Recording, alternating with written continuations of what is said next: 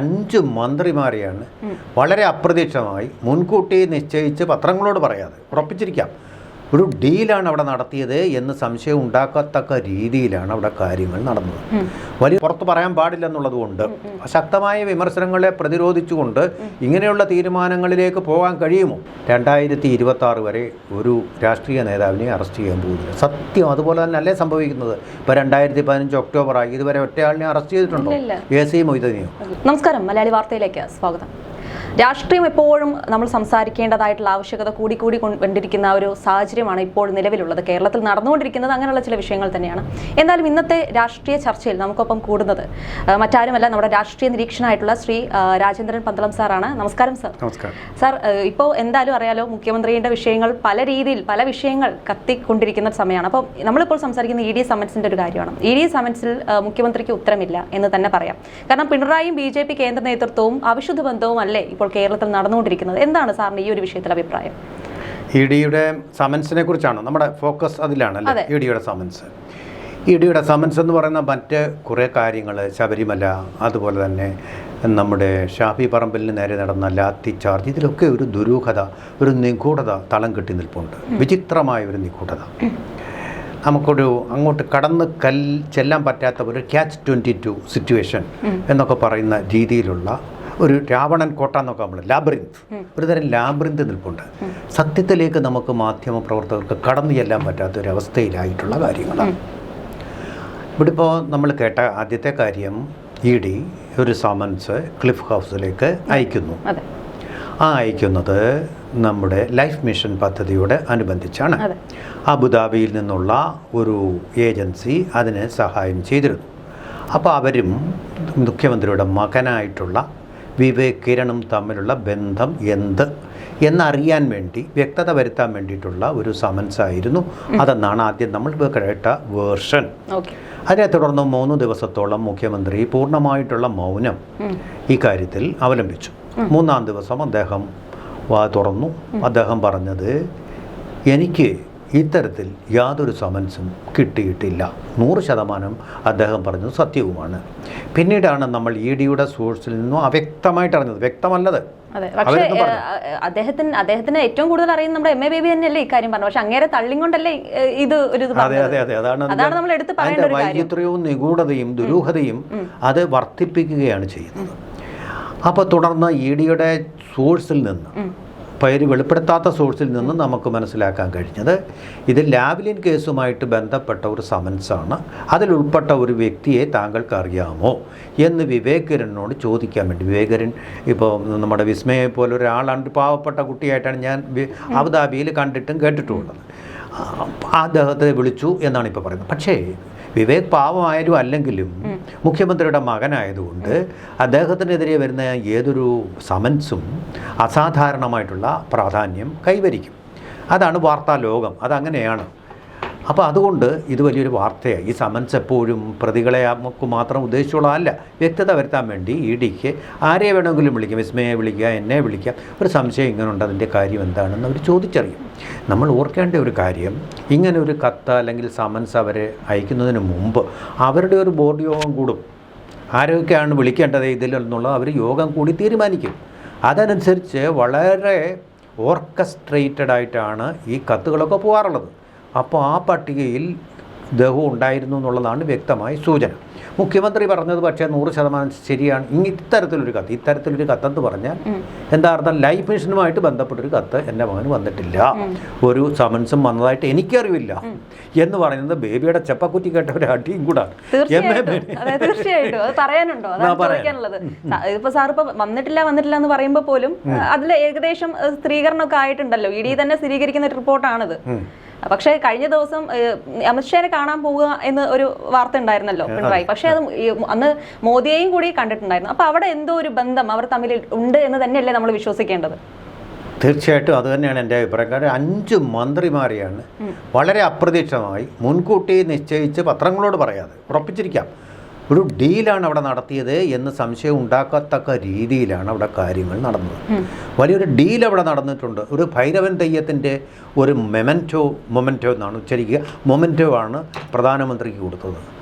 ഇങ്ങനെയൊക്കെ ഒരു വിശ്വാസത്തിൻ്റെ ലോകത്തിലേക്ക്, ഭൗതിക വാദത്തിൻ്റെ മുഖ്യമന്ത്രി പോവുക എന്ന് പറയുന്ന ഡയലക്റ്റിക്കൽ മെറ്റീരിയലിസത്തിൻ്റെ മുഖ്യമന്ത്രി പോയിട്ട് പ്രധാനമന്ത്രിയെ കാണാൻ നിൽക്കുന്ന നിൽപ്പിൽ തന്നെ ശരീര വടിവുകളിൽ നിന്ന് തന്നെ നമുക്ക് മനസ്സിലാക്കുന്നു, ശരീരഭാഷയിൽ നിന്ന് നമുക്ക് മനസ്സിലാക്കുന്നു, വളരെ വിനീതനായി നിൽക്കുകയാണ്. പ്രധാനമന്ത്രിയെ അദ്ദേഹത്തിൻ്റെ ഗവൺമെൻറ്റിനെതിരെ ഈ നിയമസഭയിൽ പാസാക്കിയ പ്രമേയങ്ങൾ, ഏകകണ്ഠമായ പ്രമേയങ്ങളുടെ എല്ലാം നടുനായകത്വം വഹിച്ച ഒരു ഞെളിഞ്ഞു നിൽക്കുന്ന ഒരു മുഖ്യമന്ത്രി അല്ല നമ്മൾ കാണുന്നത്. വിനമ്രനായിട്ട് നിൽക്കുന്ന ഒരു മുഖ്യമന്ത്രിയാണ് നമ്മൾ അവിടെ കാണുന്നത്. അതാണ് അത്യാവശ്യമായതുകൊണ്ടും അതുപോലെ തന്നെ അവിടെ വിനയപൂർവ്വം നിൽക്കുന്ന ശരീരഭാഷയോട് കൂടിയാണ്.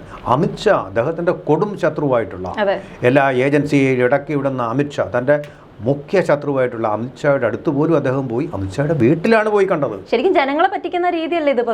അവര് പുറത്ത് കാണുന്ന സമയത്ത് വഴക്കും ഇങ്ങനെയാണ് കേന്ദ്രം ഇറങ്ങുന്നു എന്നൊക്കെ പറഞ്ഞ് നമ്മളിവിടെ ജനങ്ങൾ രോക്ഷം കൊള്ളുന്ന സമയത്ത് പിണറായിയും അതുപോലെ തന്നെ BJP ചെയ്യുന്നത് ഒരു ഒത്തുകളിയല്ലേ നടന്നുകൊണ്ടിരിക്കുന്നത്?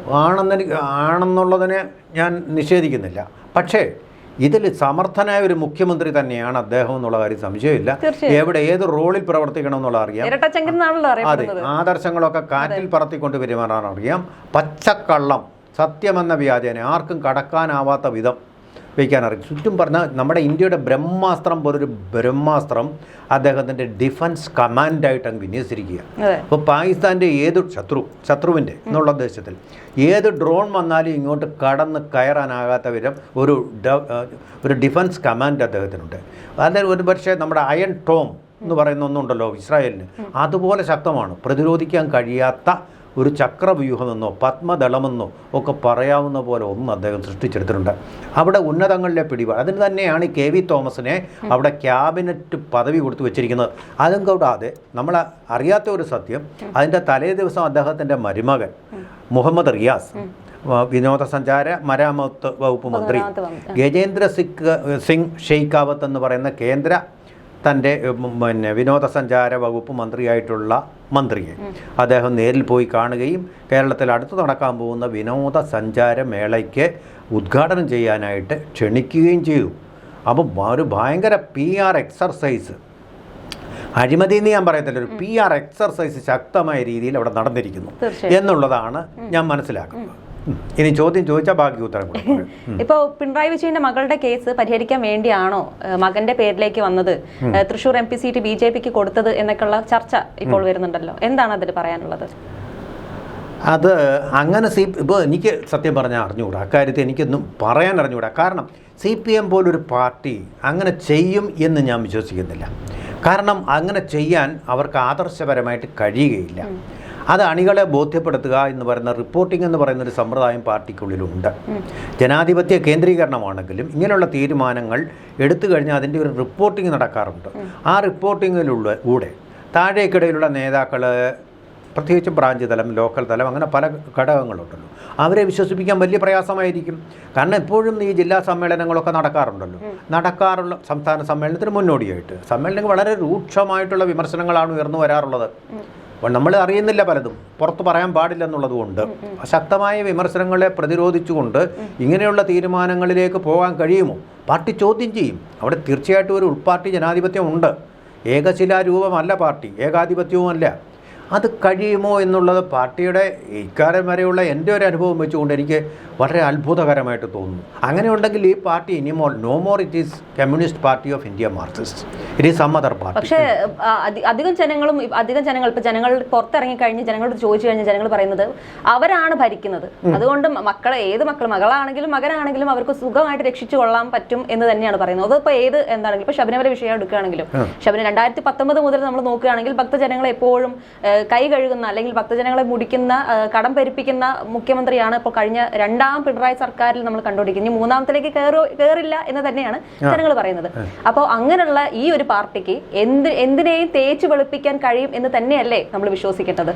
അതുകൊണ്ട് തന്നെയല്ലേ മോനെ രക്ഷപ്പെടുത്താൻ വേണ്ടിയിട്ട് ഇപ്പോൾ അങ്ങ് കേന്ദ്രത്തിൽ വരെ പിടിമുറുക്കിയിരിക്കുന്നത് എന്ന് ഞാനത് അങ്ങനെ തന്നെ സംശയിക്കുന്നു. കാരണം അത് നമുക്ക് തർക്കിക്കാൻ കഴിയില്ല ആ കാര്യത്തിൽ. ഇദ്ദേഹം നോക്കൂ, ഇദ്ദേഹത്തിൻ്റെ മകൻ്റെ പേരിൽ എല്ലാം സമൻസ് വന്നുകൊണ്ടിരിക്കുക. ഏതെങ്കിലും ഒരു കമ്മ്യൂണിസ്റ്റ് മുഖ്യമന്ത്രിയുടെ പേരിൽ ഇങ്ങനെ വന്നിട്ടുണ്ടോ? ശ്രീധരൻ നമ്പൂതിരിപ്പാടെന്ന് പറഞ്ഞ EMSന്റെ മകൻ്റെ പേരിൽ ആരോപണം വന്നിരുന്നു. EMS അത് പുഷ്പം പോലെ നിരാകരിക്കുകയും ചെയ്തു. പക്ഷേ അദ്ദേഹത്തിൻ്റെ മകളുണ്ട്, മകളുടെ പേരിൽ ഒരു ആരോപണം വന്നിട്ടില്ല, ഭാര്യയുടെ പേരിൽ ആരോപണം വന്നിട്ടില്ല. ഇനി EK നായരിലേക്ക് വന്ന് കൃഷ്ണകുമാർ എന്ന് പറഞ്ഞാൽ അദ്ദേഹത്തിൻ്റെ മകൻ്റെ പേരിൽ ചില ആരോപണങ്ങൾ ഉന്നയിച്ചത്. പക്ഷേ ഇത് അഴിമതി ആരോപണങ്ങളല്ല, അദ്ദേഹത്തിൻ്റെ ചലച്ചിത്രവുമായിട്ട് ബന്ധപ്പെട്ടുള്ള പ്രവർത്തനങ്ങളെക്കുറിച്ച്. അതല്ല, VS അച്യുതാനന്ദൻ്റെ പേരിൽ PK കുഞ്ഞാലിക്കുട്ടി കൊണ്ടുവന്ന ആരോപണം എന്ന് പറയുന്നത് പ്രതികാരമായിരുന്നു. ഐസ്ക്രീം പാർലർ കേസിൽ VS എടുത്ത നിലപാട്, ശക്തമായ നിലപാടിന് പ്രതികാരം, ഞങ്ങളും ഇതുപോലെ കാണിച്ചു തരാം എന്ന് പറഞ്ഞാൽ കേസൊന്നും ആകാതെ പോയില്ലേ? ഈ ഒരു മുഖ്യമന്ത്രിയുടെ കാര്യത്തിൽ മാത്രം നിതാന്തമായി നിരന്തരമായി ഇങ്ങനെ കേസുകൾ വന്നുകൊണ്ടിരിക്കുന്നു. സ്വപ്ന കേസ്, അവിടുന്ന് ബൈബിള് കൊണ്ടുവരുന്ന കേസ്, അതുപോലെ തന്നെ ഇദ്ദേഹത്തിൻ്റെ മകളുടെ പേരിലുള്ള കേസ്, അതുപോലെ തന്നെ ഇപ്പം മകന് സമൻസ് വന്നു എന്നുള്ള കാര്യം, ഇതെല്ലാം ആദ്യം അദ്ദേഹം നിഷേധിക്കുക, എന്നിട്ട് പിന്നീട് സത്യമാണെന്ന് വരിക എന്ന് ഉള്ളതിന് പുറമെ ഇപ്പോൾ ശബരിമല മുഴുവൻ കൊള്ള ചെയ്തുകൊണ്ടിരിക്കുകയാണ്. ഇതെല്ലാം അറിഞ്ഞിട്ട് ഉണ്ണികൃഷ്ണൻ പോറ്റി എന്ന ദല്ലാൾ വഴി ഇത് നടത്തിക്കൊണ്ടിരിക്കുകയാണ്. ഉണ്ണികൃഷ്ണൻ പോറ്റിയെ 2015 അവിടെ വിജിലൻസ് കണ്ടെത്തിയിട്ട് വിജിലൻസിനെ അവിടെ നിന്ന് പറഞ്ഞു വിടുകയാണ് ചെയ്തിട്ടുള്ളത്. അപ്പോൾ അത്ര വലിയൊരു സംവിധാനം അവിടെ നടക്കുന്നു. 2019 കടകംപള്ളി സുരേന്ദ്രൻ ഉണ്ണികൃഷ്ണൻ പോറ്റിയോടൊത്ത് പ്രവർത്തിച്ചിരുന്നു. അതുകൊണ്ടാണ് കടകംപള്ളിയെ പെട്ടെന്ന് വിളിച്ചു വരുത്തിയത്. പിന്നെ കേസിൽ നിങ്ങൾ എന്ത് പറയണമെന്ന് പറഞ്ഞു കൊടുക്കാൻ ബ്രീഫ് ചെയ്യാൻ വേണ്ടിയിട്ടാണത്. അപ്പോൾ അങ്ങനെ സമർത്ഥമായിട്ട് ഈ കേസ് തൻ്റെ അടുത്തേക്ക് വരുമ്പോൾ അതിനു ചുറ്റും ഒരു കവചം സൃഷ്ടിച്ചുകൊണ്ട് അദ്ദേഹം രക്ഷപ്പെടുന്നു. അതുപോലെ തന്നെ നമ്മളെ കരുവന്നൂർ കേസ്, ഇക്കാര്യത്തിൽ TP സെൻകുമാർ തന്നെ പറഞ്ഞത് 2026 വരെ ഒരു രാഷ്ട്രീയ നേതാവിനെ അറസ്റ്റ് ചെയ്യാൻ പോകുന്നില്ല. സത്യം അതുപോലെ തന്നെ അല്ലേ സംഭവിക്കുന്നത്? ഇപ്പോൾ 2015 ഒക്ടോബറായി, ഇതുവരെ ഒറ്റയാളിനെ അറസ്റ്റ് ചെയ്തിട്ടുണ്ടോ? AC മൊയ്തീനെയോ പാർട്ടിയുടെ ഏതെങ്കിലും നേതാക്കളെയോ അറസ്റ്റ്? പൈസ തിരിച്ചു വാങ്ങിച്ചിട്ടുണ്ട്, ED അവരിൽ നിന്ന് പിടിച്ചെടുത്തിട്ടുണ്ട്. പക്ഷേ ആ പണം ഞങ്ങൾ കൊടുക്കുകയില്ല എന്ന് പറഞ്ഞ് ഒരു സാങ്കേതികമായിട്ടുള്ള തർക്കം ഉന്നയിച്ചു കൊണ്ടിരിക്കുകയാണ് സംസ്ഥാന ഗവൺമെൻറ്. അവരുടെ പൈസ പിടിച്ചു വാങ്ങിച്ചാൽ ED ഇരിപ്പുണ്ട്, പാവങ്ങളിലേക്ക് എത്തുന്നില്ല, അവിടെ ഉടക്കിട്ട് നിൽക്കുകയാണ് സംസ്ഥാന ഗവൺമെൻറ്. അപ്പോൾ ഇതിനെയൊക്കെ ഈ കേന്ദ്രത്തിൻ്റെ EDയെയും CBIയെയും കമ്പനി ഫ്രോഡ് ഇൻവെസ്റ്റിഗേഷൻ ഏജൻസിയെയും ഒക്കെ പ്രതിരോധിക്കത്തക്ക രീതിയിലുള്ള എന്തോ ശക്തിവിശേഷമുണ്ട്. ആ ശക്തിവിശേഷം എന്ന് പറയുന്നത് തീർച്ചയായിട്ടും നമുക്ക് പിണറായി വിജയൻ്റെ കരുത്ത് മാത്രം, കേരളത്തിൽ മാത്രം പ്രാതിനിധ്യമുള്ള, തമിഴ്നാട്ടിൽ DMKയുടെ വാലിൽ തൂങ്ങിക്കൊണ്ട് 2 സീറ്റ് നേടുന്ന CPMന് അങ്ങനെ സാധിക്കുമെന്ന് കരുതുന്നില്ല. അത് തീർച്ചയായിട്ടും കേന്ദ്രത്തിൽ BJPക്ക് കേരളത്തിലേക്ക് ശക്തമായി വരാനൊരാഗ്രഹമുണ്ട്. ആരും ഡീലായിരിക്കണം എന്ന് തന്നെ വിശ്വസിക്കാം. പിന്നെ വേറൊരു കാര്യം കൂടെ ഉണ്ട് വിസ്മയ ഇക്കാര്യത്തിൽ. അതായത് ഈ BJPക്ക് കോൺഗ്രസ് വരുന്നതിനേക്കാൾ ഇഷ്ടം CPM തുടരുന്നതാണ്. കോൺഗ്രസിനെ വളർത്താൻ അവരാഗ്രഹിക്കുന്നില്ല. കാരണം എന്താണ്? ഒരു ശക്തിയായ എതിർപ്പായിട്ട് വരുന്ന അഖിലേന്ത്യാ തലത്തിൽ വരുന്ന കോൺഗ്രസ്സാണ്. CPMനെ കൊണ്ടൊന്നും പേടിക്കാനല്ല BJPക്ക്, പുല്ലുപോലാണ്. അതിപ്പോ നമ്മൾ കാണുന്നുണ്ടല്ലോ, പരസ്പരം അങ്ങോട്ടും ഇങ്ങോട്ടും താങ്ങായിട്ട് നിൽക്കുന്നുണ്ട്. തൃശ്ശൂരിന്റെ വിഷയത്തിൽ ഇപ്പൊ സംസാരിക്കുകയാണെങ്കിലും മകന്റെ വിഷയത്തിലാണെങ്കിലും പരസ്പരം ഒരു ധാരണയോടെയാണ് കാര്യങ്ങൾ പോകുന്നത്. എറുമ്പും ആനയും പോലാണ് ഇവനെ കൊണ്ടൊരു പ്രകടനം. അപ്പം മറ്റേത് അങ്ങനെയല്ല. എറുമ്പും ആനയും ആടും തമ്മിലുള്ള ഒരു മത്സരം പോലെ കുറച്ചെങ്കിലും ഒന്നും കോൺഗ്രസ് ഉണ്ട്, ഇപ്പോഴും ഒരു ശത്രുവായിട്ടുണ്ട് എതിർപക്ഷത്ത്. CPM ഒന്നുമല്ല. എന്നാൽ പിന്നെ അവർ തന്നെ ഇരുന്നോട്ടെ, കോൺഗ്രസ് അവിടെ അധികാരത്തിലിരിക്കാതെ എത്രയും സംസ്ഥാനങ്ങൾ കോൺഗ്രസിൻ്റെ മുഖ്യമന്ത്രി പദവികളിൽ നിന്ന് മാറ്റി നിർത്താം. കോൺഗ്രസ് മുക്ത ഭാരതം എന്നുള്ളതാണ് അവരുടെ ലക്ഷ്യം. അപ്പോൾ അങ്ങനെ വരുമ്പോൾ ഈ ഒരു നെക്സസ് നമുക്ക് സംശയിക്കാതിരിക്കാനും കഴിയില്ല. ഈ നെക്സസ് ആണ് പിണറായി വിജയന്റെ ശരിക്കും നടക്കുന്നത്. അത് തന്നെയാണ് ആ നെക്സസ് ആണ് പിണറായി വിജയനെ പ്രതിരോധിച്ചുകൊണ്ടും സുരക്ഷിതനാക്കിക്കൊണ്ടിരിക്കുന്ന കവചം. അതാണ് അദ്ദേഹത്തിന്റെ രക്ഷാദൗത്യം നിർവഹിക്കുന്നത്. രക്ഷാദൗത്യം എന്നുള്ളത് ഞാൻ കോട്സിലാണ് പറയുന്നത്, രക്ഷാദൗത്യം. തീർച്ചയായിട്ടും. എന്തായാലും അടുത്ത മാസം പഞ്ചായത്ത് നഗരസഭ ഇലക്ഷനൊക്കെ നടക്കാനിരിക്കുന്ന ഒരു സമയമാണ്. 2026 മാർച്ച് നിയമസഭാ ഇലക്ഷൻ നടക്കും. അപ്പൊ മകന്റെ കേസ് ഒഴിവാക്കാൻ BJPയുടെ കാല് പിടിക്കാൻ വരെ പിണറായി വിജയൻ നിൽക്കുമോ എന്ന് തന്നെ ഒരു ചോദ്യമാണ് ജനങ്ങളിൽ നിന്ന് തന്നെ ഉയരുന്നത്. ആ ദിശയിലേക്കുള്ള ഒരു സൂചികളാണ് നമ്മൾ ഈ വാങ്മയ ചിത്രങ്ങളിലൂടെ മാത്രമല്ല ചിത്രങ്ങളിലൂടെയും കണ്ടുകൊണ്ടിരിക്കുന്നത് എന്നേ പറയാൻ പറ്റുകയുള്ളൂ. കാരണം പെട്ടെന്ന് കേന്ദ്ര ഗവൺമെൻറ് അട്ടപ്പാട്ടലം എതിർത്തുകൊണ്ടിരുന്ന, കേന്ദ്രം ഒന്നും തരുന്നില്ലെന്ന് പരാതി പറഞ്ഞൊരു ഗവൺമെൻറ് തന്നെയല്ല ഇപ്പോൾ പോയിരിക്കുന്ന സാമ്പത്തികമായിട്ട് സഹായം ചോദിക്കാൻ. ഏതെങ്കിലും ഗവൺമെൻറ് ഇതൊരു രാഷ്ട്രീയ ആയുധം, കേന്ദ്രം ഒന്നും തരുന്നില്ലെന്നൊരു രാഷ്ട്രീയ ആയുധമാണ്. ആ രാഷ്ട്രീയ ആയുധത്തിന് പകരം അവർ പണം തരാൻ വേണ്ടി അങ്ങോട്ട് പോയി ആവശ്യപ്പെടുക. 6 മാസത്തെ തെരഞ്ഞെടുപ്പിന് ഒരു 6 പോട്ടെ, നിയമസഭാ തെരഞ്ഞെടുപ്പിന് 9 മാസം മുമ്പ് പോകുക എന്ന് പറഞ്ഞാൽ അസാധാരണമാണ്. കാരണം ഒന്നും തരുന്നില്ല എന്നുള്ള ഒരു രാഷ്ട്രീയ മുദ്രാവാക്യമായിട്ടല്ലേ സാധാരണ ഉയർത്താറുള്ളൂ. പൈസ വാങ്ങാൻ അങ്ങോട്ട് പോകുന്ന സമയമാണോ ഇത്? ഇങ്ങനെയൊക്കെ ഞങ്ങൾക്ക് തന്നില്ലെങ്കിലും ഞങ്ങൾ വികസനം നടപ്പാക്കിയെന്നാണ് കഴിഞ്ഞ ദിവസം പറഞ്ഞത്. എന്നിട്ട് ഈ പോയതിന് പേര് അതുപോലെ തന്നെ അതിനു മുമ്പുള്ള കാര്യം കൂടെ നമ്മൾ ചേർത്ത് വായിക്കണം. അതായത് നിർമ്മലാ സീതാരാമന് പുട്ടും കടലയും കേരള ഹൗസിൽ നിന്ന് കൊടുക്കുന്നു. പുട്ടും കടലയും ഡിപ്ലോമസി അവിടെ നടന്നു. അതിനെ തുടർന്നാണല്ലോ വീണ വിജയൻ്റെ കേസൊന്ന് അല്പം മന്ദീഭവിച്ചത്. അപ്പോൾ ഈ സാഹചര്യ തെളിവുകൾ വെച്ച് നോക്കുമ്പോൾ എന്തോ സംതിങ് ഈസ് ദെയർ എന്ന് നമുക്ക് തോന്നും. എങ്ങനെയാണല്ലോ ഒരു ആൺകുട്ടിയും പെൺകുട്ടിയും തമ്മിൽ അവിടെ നിന്ന് പലതവണ സംസാരിക്കുമ്പോൾ അവർ തമ്മിൽ നമ്മൾ പറയാറില്ലേ, അത് സാഹചര്യ തെളിവ് വെച്ചിട്ട് അതൊന്നും ശരിയായിരിക്കണമെന്നില്ല എപ്പോഴും. എന്നു പറയുന്നത് പോലെ എന്തോ ഒരു ഡീൽ. അപ്പോൾ പിണറായി വിജയൻ ഒരു ലീഡർ മാത്രമല്ല, ഒരു ഡീലർ കൂടി ആണ്. പല വിശേഷണങ്ങളാണ് മുഖ്യമന്ത്രിക്ക് എപ്പോഴും വരാറുള്ളത്. അതിലൊരു വിഷയം കൂടിയാണിത്. അപ്പൊ എന്തായാലും കുറച്ച് ദിവസങ്ങൾക്ക് മുമ്പ് അമിത്ഷാ കാണാനാണ് പോയ പിണറായി വിജയൻ നേരത്തെ അപ്പോയിന്റ്മെന്റ് എടുക്കാതെ മോദിയെ നേരിട്ട് കണ്ടു എന്നുള്ള കാര്യം ഞാൻ നേരത്തെ സംസാരിച്ചിട്ടുണ്ടായിരുന്നു. അപ്പോൾ ഈ ഒരു വിഷയമായി സംസാരിക്കുന്ന സമയത്ത് അപ്പോൾ നമ്മൾ ഈ കേരളത്തില് മുഖ്യമന്ത്രി എന്ത് ചെയ്താലും കേരളം കണ്ണടയ്ക്കും എന്നുള്ള കാര്യം തന്നെയാണോ ഇതിലൂടെ വ്യക്തമാവുന്നത്? കാരണം ശബരിമല വിഷയത്തിൽ ഇപ്പോൾ സ്വർണ്ണപ്പാളി വിഷയം വലിയ രീതിയിൽ ചർച്ച ചെയ്തുകൊണ്ടിരിക്കുകയാണ്. അപ്പോൾ ഈ ഒരു സാഹചര്യത്തിൽ ഭക്തർക്ക് എപ്പോഴും ഒരു കേന്ദ്രത്തിൽ നിന്നൊരു പിടി, മുഖ്യമന്ത്രിക്ക് നേരെ ഒരു പിടി ഉണ്ടാകും എന്നുള്ള ഒരു വിശ്വാസത്തിലാണ് ഇത്രയും നാളും പോയത്. പക്ഷേ ഈ ഒരു മകന്റെ വിഷയം വന്നപ്പോഴേക്ക് പിണറായി അമിത്ഷായെയും നമ്മുടെ മെയിൻ ആയിട്ടുള്ള അമിത്ഷായെയും മോദിയെയും ഒരുമിച്ച് കണ്ടപ്പോൾ, അവിടെ ഒരു കള്ളക്കളി നടക്കുന്നത് കണ്ടപ്പോൾ ജനങ്ങളുടെ വിശ്വാസം മുഴുവനായിട്ട് ഇവരിൽ നിന്ന് പോയിരിക്കുന്ന ഒരു സമയമാണ്. എന്താണ് അപ്പോൾ ആ ഒരു വിഷയത്തിൽ സംസാരിക്കാനുള്ള സാധ്യത? അത് തന്നെ ഇപ്പൊ സംഭവം. മണ്ണും ചാരി നിന്നോ പെണ്ണും കൊണ്ടുപോയി എന്ന് പറയുന്ന പോലെ ഇപ്പൊ അതായിരിക്കും കോൺഗ്രസ് എന്ന് പറയുന്ന ആ ഒരു പ്രതിപക്ഷമുണ്ടല്ലോ, നിർഗുണ ബ്രഹ്മമായി കഴിഞ്ഞാൽ ഇതിങ്ങനെ തന്നെ സംഭവിക്കും. അവരാണിത് പുറത്തു കൊണ്ടുവരേണ്ടത്. അതിന് ഇതിനെതിരെ ക്യാമ്പയിൻ നടത്തേണ്ടത്, പുറത്തു കൊണ്ടുവരുന്നത്. CPM ആയിരുന്നെങ്കിൽ ഇപ്പോൾ എത്രമാത്രം ശക്തമായിട്ട് ഈ ഒരു അവസ്ഥയെ പ്രതിരോധിക്കുമായിരുന്നു അറിയാമോ? CPM വെറുതെ വിടുന്നത്. ശബരിമല എന്നൊരു വിഷയം ഇങ്ങനെ ഉണ്ടായിരുന്നെങ്കിൽ CPM ഇപ്പോൾ അത് പരമാവധി മുതലാക്കിക്കൊണ്ട് അവരുടെ താലത്തിൽ വിജയം ജനങ്ങളിൽ നിന്ന് സ്വീകരിച്ചേനെ. ഇപ്പം കോൺഗ്രസ് എന്ന് പറയുന്നത് നിഷ്ഗുണ പരബ്രഹ്മമായിട്ട് തീർന്നിരിക്കുകയാണ്. ഇത് വലിയ അതാണ് ഒരു ആവർത്തനം. ഇനിയിപ്പോൾ പിണറായി വിജയൻ ഗവൺമെൻറ്റിൻ്റെ ആവർത്തനം ഉണ്ടായിക്കഴിഞ്ഞാൽ അവരുടെ DYFI ഈ കേഡറുകളുടെ അഹങ്കാരം എന്തായിരിക്കും എന്നറിയാം. ഈ ഭയങ്കര അഹങ്കാരത്തിലായിരിക്കും പോകുന്നത്. കേരളത്തിൽ നമുക്ക് സാധാരണക്കാർക്ക് ജീവിക്കാൻ പറ്റാത്തവരെ അഹങ്കാരവും വിളച്ചിലും ആയിട്ട് വന്നു കഴിഞ്ഞാൽ അത് പോകും. അങ്ങനെ പിന്നെ അതോടുകൂടി പിണറായി ഗവൺമെൻറ്റിൻ്റെയും കമ്മ്യൂണിസ്റ്റ് പാർട്ടിയുടെയും ഊഴം അവസാനിക്കും എന്നുള്ള കണക്കൂട്ടിരിക്കുകയാണ് BJP. അത് ആയുധമാക്കാനാണ് BJP ഇരിക്കുന്നത്. പക്ഷേ നമ്മളെ സംബന്ധിച്ചിടത്തോളം it will be A tyranny. അതാണ് സംഭവിക്കാൻ പോകുന്നത്. സാധാരണക്കാരെ സംബന്ധിച്ചിടത്തോളം it will be A tyranny. അപ്പോൾ ജനങ്ങളെ കാണിക്കാൻ വേണ്ടിയിട്ടാണ് ഈ ശബരിമല വിഷയത്തിലുള്ള ഈ മാർച്ചും കാര്യങ്ങളൊക്കെ നടന്നുകൊണ്ടിരിക്കുന്നത്. അപ്പോൾ അതിൽ ഇന്നലെ ഇപ്പം നോക്കുകയാണെങ്കിൽ യുവമോർച്ചേൻ്റെ ഒരു മാർച്ച് ഉണ്ടായിരുന്നു. പോരല്ലോ, ശക്തി പോരല്ലോ, അതിനും ശക്തി പോരാ. ശക്തി പോരായിരുന്നു. നാമജപ ഘോഷയാത്ര സ്ത്രീകളെ പ്രവേശിക്കുമെന്ന് പറഞ്ഞപ്പോൾ എന്ത് ശക്തിയിലാണ് ആ പ്രകടനങ്ങൾ നടന്നിരുന്നത്? തീർച്ചയായിട്ടും it was A spontaneous overflow of powerful feelings. ഇപ്പോൾ ഉണ്ടാകുന്നുണ്ടോ അത്? ഇല്ല, തീർച്ചയായിട്ടും ഇല്ല. ഇപ്പോൾ ശബരിമലയിലെ വഴിപാട് പോലെ തന്നെയാണ് ഇത് നടന്നുകൊണ്ടിരിക്കുന്നത്. അതെ. സാറിന് ഇപ്പം എന്ത് തോന്നി സ്വർണ്ണപ്പാളി വിഷയത്തിൽ? മറ്റേ പോറ്റി ഒന്നാം പ്രതിയാക്കിയിരിക്കുകയാണ് ചെയ്തത്. അതായത് ശബരിമല എന്ന് പറയുന്നത് വളരെ ബൃഹത്തായിട്ടൊരു വിഷയമാണ്. ഉണ്ണികൃഷ്ണൻ പോറ്റി എന്ന് പറയുന്ന പെറ്റിയായിട്ടുള്ള അവിടുത്തെ കീഴ്ശാന്തിയുടെ പരികർമ്മിയായിട്ടുള്ള അവിടെ നടത്തിയിരിക്കുന്ന അഴിമതി, അവനെയാണ് സ്പോൺസർ എന്ന് പറഞ്ഞ് വിശേഷിപ്പിക്കുന്നത്. ഇല്ല, പൊട്ടന്മാരാണോ, കഴുതകളാണോ ദിവസം പോലിരിക്കുന്നത്? 5 പൈസയുടെ വരുമാനമല്ലേ ഇയാളുടെ ക്രെഡൻഷ്യൽസ് എന്താണെന്ന് നോക്കുക. ഇയാളെ സ്പോൺസറായിട്ട് വെക്കുന്നത് എന്താ? നിങ്ങൾ എന്ത് ഭരണമാണ് ഇവിടെ കാഴ്ചവെക്കുന്നത്? തീവട്ടിക്കൊള്ളയാണ് ഇവിടെ നടക്കുന്നത്. ഇതിൽ മാത്രമല്ല ഇവിടെ നടക്കുന്നത് ആരവണ പായസത്തിൽ ചേർക്കുന്ന ശർക്കര എന്ന് പറയുന്നത് ശുദ്ധമല്ലാത്ത ശർക്കരയാണ്. നെയ്യ്, മൃഗക്കൊഴുപ്പാണെന്ന് പോലും സംശയമുണ്ട്. കദളിപ്പഴം എന്ന് പറയുന്ന എന്താ ഉപയോഗിക്കുന്നറിയോ? വെറും നമ്മുടെ രസകദളിപ്പഴം അതാണ് ഉപയോഗിക്കുന്നത്. കദളി എന്ന് പറഞ്ഞാൽ അപൂർവമായിട്ട് കിട്ടുന്ന ഒരു തരം ചെറിയ പഴമാണ്, അസാധാരണമായ സുഗന്ധമുള്ള ഒരു പഴമാണ്. അതിന് പകരം അതുപോലെ തന്നെ എന്താ ചെയ്യുന്നതെന്ന് പറഞ്ഞാൽ തീവട്ടിക്കൊള്ളയിൽ 500 കിലോ പഞ്ചസാര വേണമെന്നോ മേടിച്ചോളൂ, 1000 കിലോ അവിടെ നിന്ന് എടുത്തോട്ട് പോകും. എന്നിട്ട് അത് 400 കിലോ ചേർക്കും. ബാക്കി 600 കിലോ അടുത്ത ആഴ്ച കൊണ്ടുവന്ന് ശബരിമലയിൽ തന്നെ വിൽക്കും. ഭയങ്കര വെട്ടിപ്പാണ്. അതുപോലെ തന്നെ അവിടുത്തെ താമസ സൗകര്യങ്ങളുടെ കാര്യത്തിൽ ലോഡ്ജുകൾ, ഒരു ദിവസത്തെ വാടക 4000 രൂപയോ മറ്റുമാണ്. ഈ 4000 രൂപ എന്ന് പറഞ്ഞാൽ 24 മണിക്കൂറത്തേക്ക്. ആളുകൾ രാത്രി വന്നിട്ട് നേരം വെളുക്കുമ്പോൾ പോകും, താക്കോല് വാങ്ങിക്കും. എന്നിട്ട് ഇവർ രേഖകളില്ല അടുത്ത ആൾക്ക് കൊടുക്കും 4000 രൂപ. അങ്ങനെ 4000 രൂപ ഇവരുടെ കയ്യിൽ പോകും. ഇതൊക്കെ വിജിലൻസ് കണ്ടുപിടിച്ചതാണ്. പിടിച്ചതോടുകൂടി ശബരിമല വരുമാനം 4-5 കോടി രൂപ വർദ്ധിച്ചു. പക്ഷേ ഈ ദേവസ്വം ബോർഡ് എന്ത് ചെയ്തു? വിജിലൻസിനെ അവിടെ നിന്ന് പുറത്താക്കി. കോടതിയുടെ സഹായത്തോടുകൂടി, വക്കീലന്മാരുടെ സഹായത്തോടുകൂടി, രാഷ്ട്രീയ നേതൃത്വത്തിൻ്റെ സഹായത്തോടുകൂടി.